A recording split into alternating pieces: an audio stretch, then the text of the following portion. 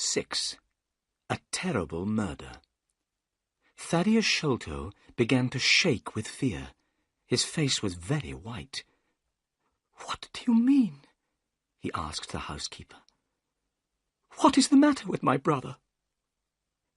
"He locked himself in his room. He was there all day. When I knocked on the door, he would not answer me," she said. "I knew that something must be wrong.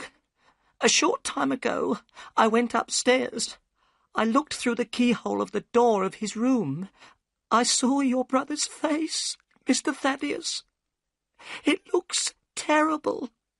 You must go up, Mr. Thaddeus. You must go up and see for yourself." The housekeeper started to cry again. "You must all go upstairs," said Miss Morstan. "I'll stay here and look after this poor woman."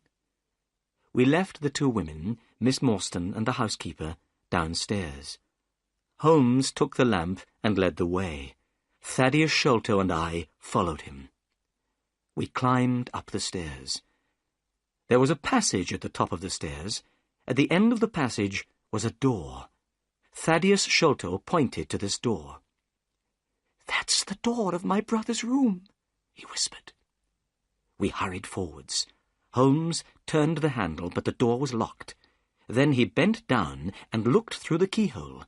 He stood up again, quickly. "My God!" he cried. "It's the work of the devil." I bent down and put my eye to the keyhole.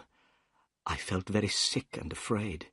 The bright moonlight was shining into the room. I could clearly see a face. This face was looking straight at me. It did not move. There was a horrible smile on the face.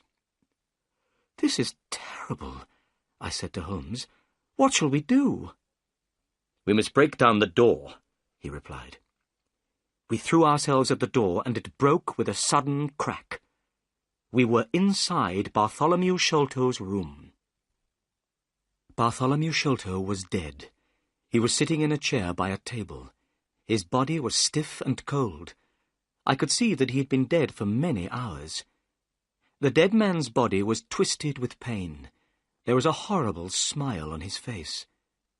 There was a piece of paper on the body. Holmes picked it up and read it. "Look," he said. In the light of the lamp I read with horror, "The sign of 4."